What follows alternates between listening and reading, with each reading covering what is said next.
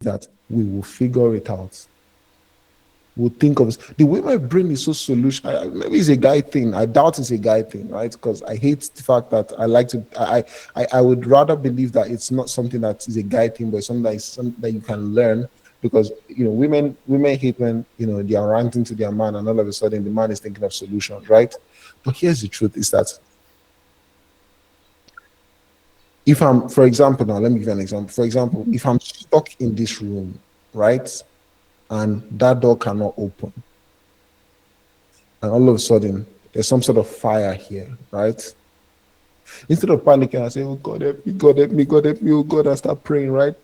I mean, which is good to pray. I'm not obviously talking down prayer, but my brain is thinking, "Is okay, Bruno, what can we do right now?" First thing, I have a phone, I have a wife. I'm going to call. Go, maybe she's not at home. All right, okay, I'll call my neighbor. They don't pick. I'll call the house manager. All right, nobody's speaking. You know what? I can as well stay here and say, "Oh my God, I'm finished." Or I can think of a way to find it. Can I break that door? What are the tools I have? I start looking. Okay, is there anything here that we can use that can actually damage that door? Okay, what's causing the jam? Okay, I can't break the door. All right, cool. Can I jump out of the window? Can I shout for help? Like, do you understand what's going on? It's a bit of a harsh situation, and I know that's easier said than done. But the point I'm trying to make is that you cannot just freaking stay where you are and just figure out, like, okay, just say to yourself, "Oh, nothing is working. I'm just going to fold my arms and watch life pass me by."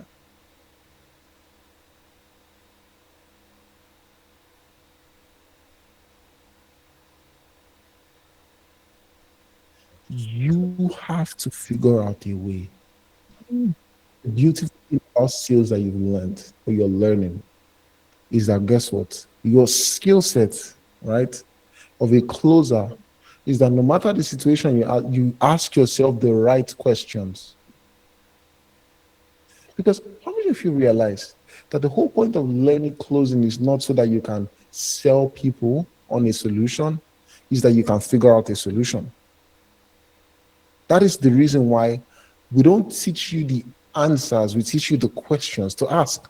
And then the questions to ask come from a place of understanding how to think.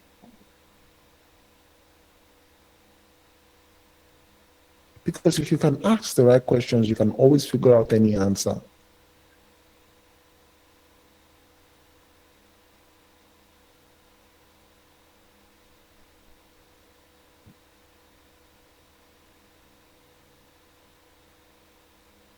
I always said to myself that if I had my sales skills and I was so confident, right, what I would do is I would go and meet all the different business owners I know and I would have conversations with them.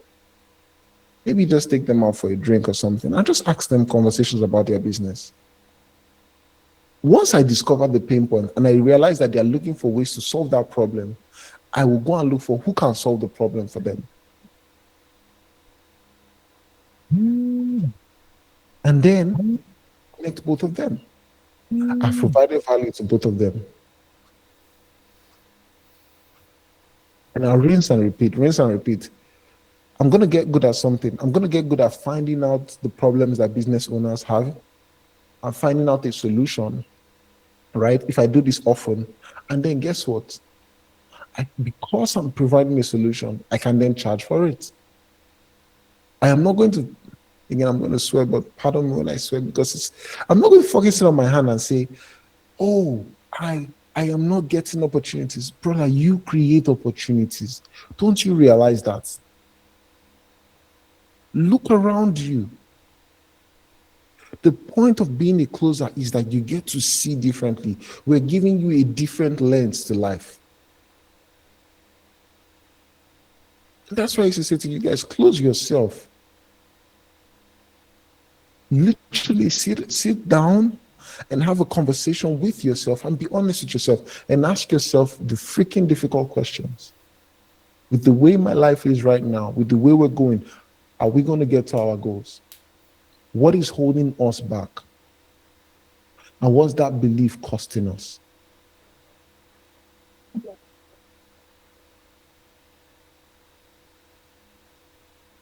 Because like my pastor used to say, everybody else can lie to you, but don't you for a second lie to yourself. Like you could allow people lie to you, that's fine. But don't you for a second lie to yourself. You need to, if nobody else will tell yourself the truth, I mean, everybody here should be able to tell each other the truth, right? But if, God forbid, the people here don't tell you the truth, you tell yourself the truth. I'm lazy. I'm indisciplined. I procrastinate. Don't like to do tough things. I like to stay in my comfort zone.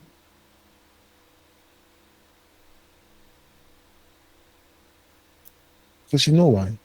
The more you're able to figure out what is wrong, the more you're able to sit down with yourself and have that difficult conversation with yourself. I mean, for me, I've realized that the one thing I'm going to fix is my stomach. My stomach is not going to be big 1 year from now. It's not big to a lot of people, but it's big to me because I know what I'm looking for. I know the body I'm looking for. And I know where my problem is. My problem is that I like to eat. My problem is that I like to eat. The problem is that when I go to the gym, I used to, when I was in Nigeria, I was such a butterfly, a social butterfly that I will go to the gym and I will literally spend 1 hour gisting with my guys. I'm not even kidding. And spend like 10 minutes working out. I'm not lying for you. Like when I was in Lagos, I would spend 1 hour. Like the moment I entered the gym like this, once one of my guys just shouts, Bruno way. I just know say Moses day in the corner. Moses used to be with us, but he's now focused on doing other things. He just out Bruno way, and then all of a sudden I've entered gist. And we will gist, we will gossip, we'll do everything. Did I really enjoy it? Yes. Was that why I was supposed to be at the gym? No. Did I get? And you know what? You know what's funny? If somebody had asked me how many times do you go to the gym, guess what I'll say? Guess what I would have said to them? I'll have got to the gym 5 times a week.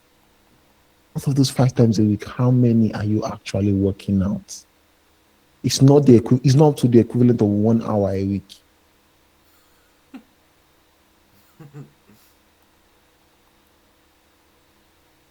Right?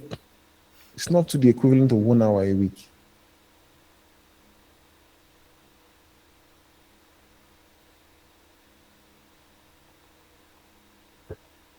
You're exercising your mouth. And so imagine I'm now crying to myself, why am I not losing weight? Why do I keep adding weight? Like, nobody else can tell me the truth. I'll be the one to sit down with myself and say, bro, let's be real. You say you go to the gym, but you don't do anything at that gym. You say you paid for a program. You don't take this thing seriously. You don't do role plays. You don't study. You don't try, like, you don't sit down with yourself and say, okay, you know what? I'm actually going to consciously memorize this script. This is the script. I write it down. This is the omega. I'm going to practice. I'm going to deliver it with panache. My delivery is going to be smooth. These are the questions. These are pain excavating questions. You understand? This is motivation questions. This is future pacing questions. This is objection prevention questions. These are commitment questions. And I'm actually going to write it down and memorize every single one of them. No. You just show on role plays. I'm like, okay, Bruno said this. And then you just naturally think that it's going to come to you while you're doing the role play. Come on. Or my favorite are those that you role play with someone that's your friend and you spend the first 1 hour gisting. And you are gisting and you are catching up and you're having a great time, which is great. I love it. Community bonding. Perfect. That's why you are here. But if that's all you do, you're going to be great at bonding. Great at gisting. You're not going to be great at anything else. So you have to commit time. You have to you have to create time where you focus on that thing and you do it a lot. And that you even have conversations with your friends, your spouse, your partner, and then you are saying something and they are catching you and saying, please stop using that sales thing on me. They now realize that okay, you are now getting that yes, you are doing it a lot to the point that they're not picking it. I remember one of us reached out to me and I was having a conversation with her and I asked the question and she was like, Bruno, please stop. I was like, stop what? She was like, stop it. I was like, stop what? And she was like, stop doing that sales thing on me. I was like, what sales thing am I doing? And she was like, that sales thing. I was like, what? And then she was like, you've done this thing so much that's become a part of you. I was like, that's the whole point. That's the point.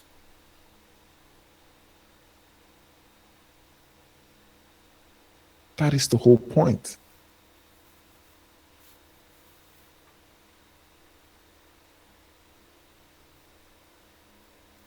Because becoming very good at sales, what makes sales difficult has nothing to just do with the questions you're asking. It's a behavior modification. You're changing your behaviors. Somebody should ask you, Moyo, what's the time? Right? Normally, without going through our sales training, it was like, yeah, the time is 4:49 a.m. here.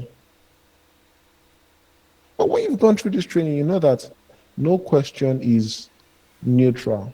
There's a reason for asking. And you can be like, oh, the time is, don't you have a watch there though? What about your phone? Okay, well, time is 4:49. Why do you ask? It literally is a subtle difference. It's a subtle difference. Now, the question I want to ask every one of you is this. Think about who you consider the most successful person that you know. Right? So this is a thought exercise. Everybody, we're going to do this right now. Don't write it down. It's just something I want you to think of. All right? Think about the person you consider like, okay, wow, this is my version of somebody who is really successful. Right? Now, strip them of their resources. Only have their character and their identity. That person you've thought of. Remove the resources they have. Remove maybe the power, the authority they have, right? Only have their character and their identity, how they see themselves. Now, have you done that? How many have you done that? Right? Now, compare them to you.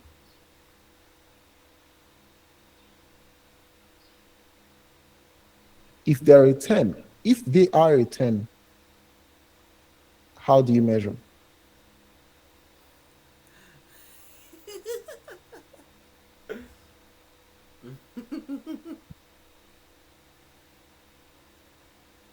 How do you measure? It's somewhat like a, I don't know, 3, 4. Think about it. Anybody wants to share an answer?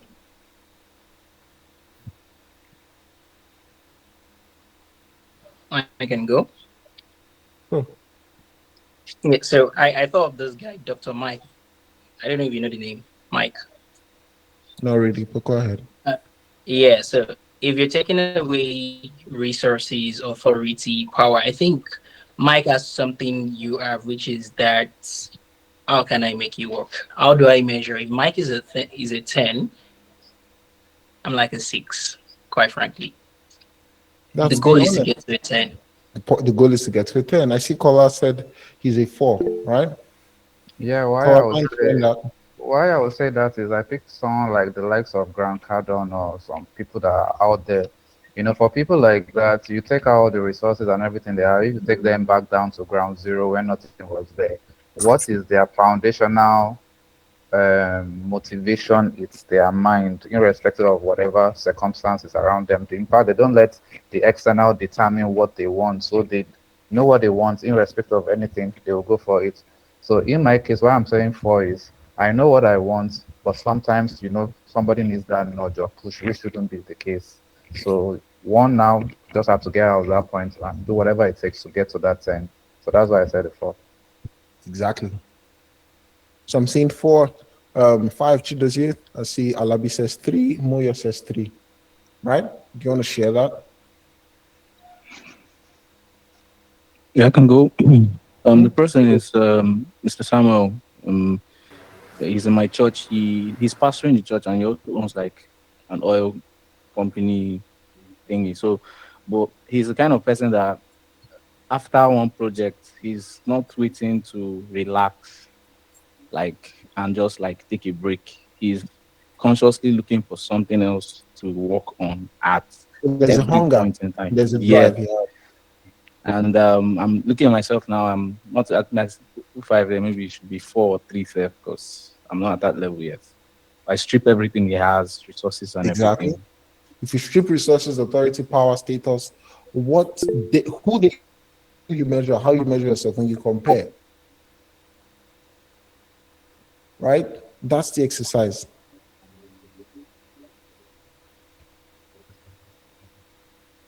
Or it is funny. And so this is a thought exercise, right?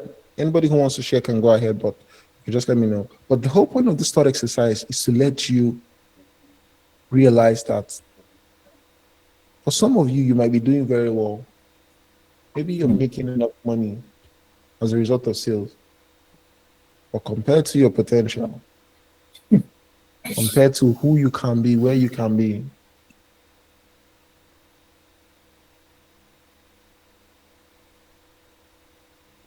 So the question is always going to be this: what are you going to do this weekend, today,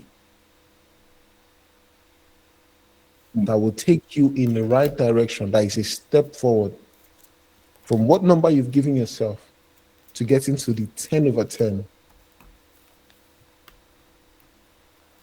of that person you have in your mind as that version of success that you look at?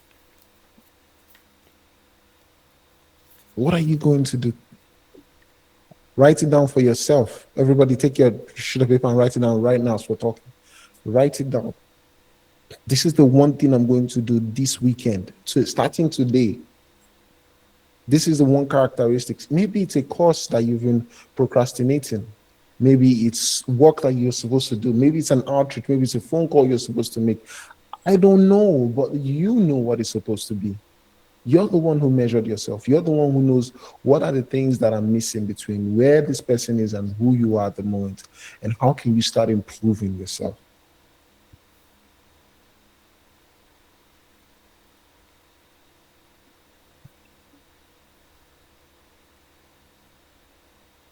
So write it down.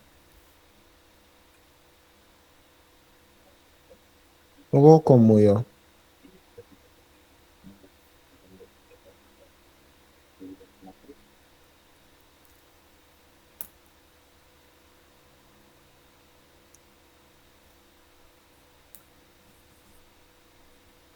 Well, Ifoman says, I picked earthly Jesus. Beautiful, right? So what are you going to do? Are you going to walk more in the spirit, walk more in the word? Whatever it is, the most important thing is that you know that there is a gap that exists and work that needs to be done.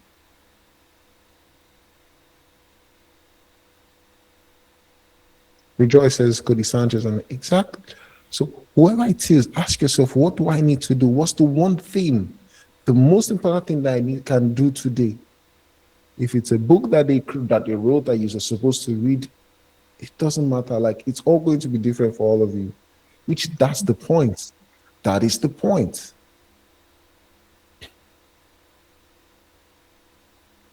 But you can't afford to give yourself excuses anymore. You can't afford to say that Nigeria is the reason for why you're not successful. Your parents, your government, you know, any of these things you've been telling yourself.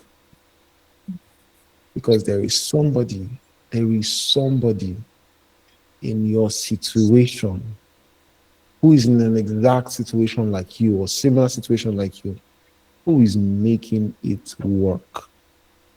So you cannot be the situation that's responsible for where you are. At some points in your life, you have to take responsibility for your life. Into COC is good because we have these conversations that probably nobody's going to have with you.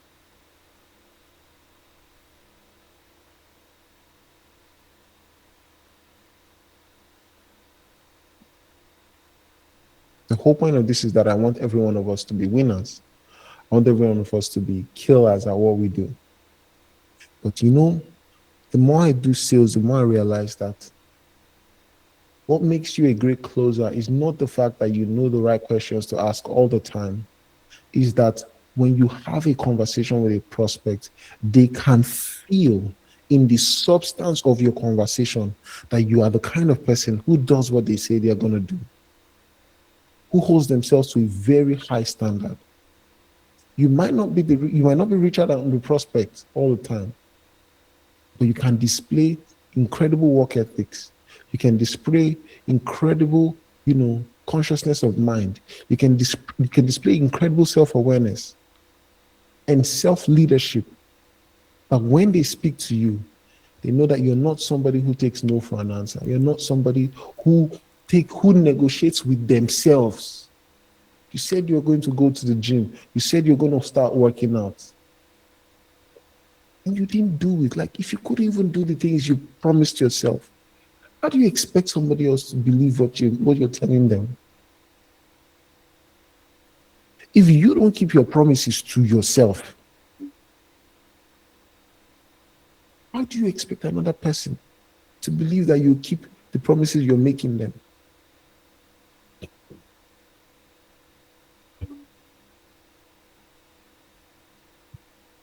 So being good at sales, it translates to being good at almost anything, like starts with self-leadership. If I say I'm going to do something, you can bet that it will be done. I will move the world to ensure it gets done.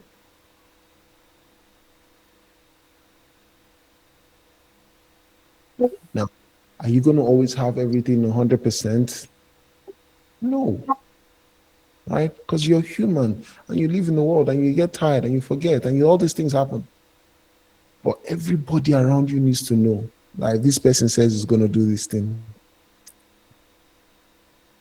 and it doesn't happen, then just know that there was a really, and this person will also let you know on time why it was not going to happen.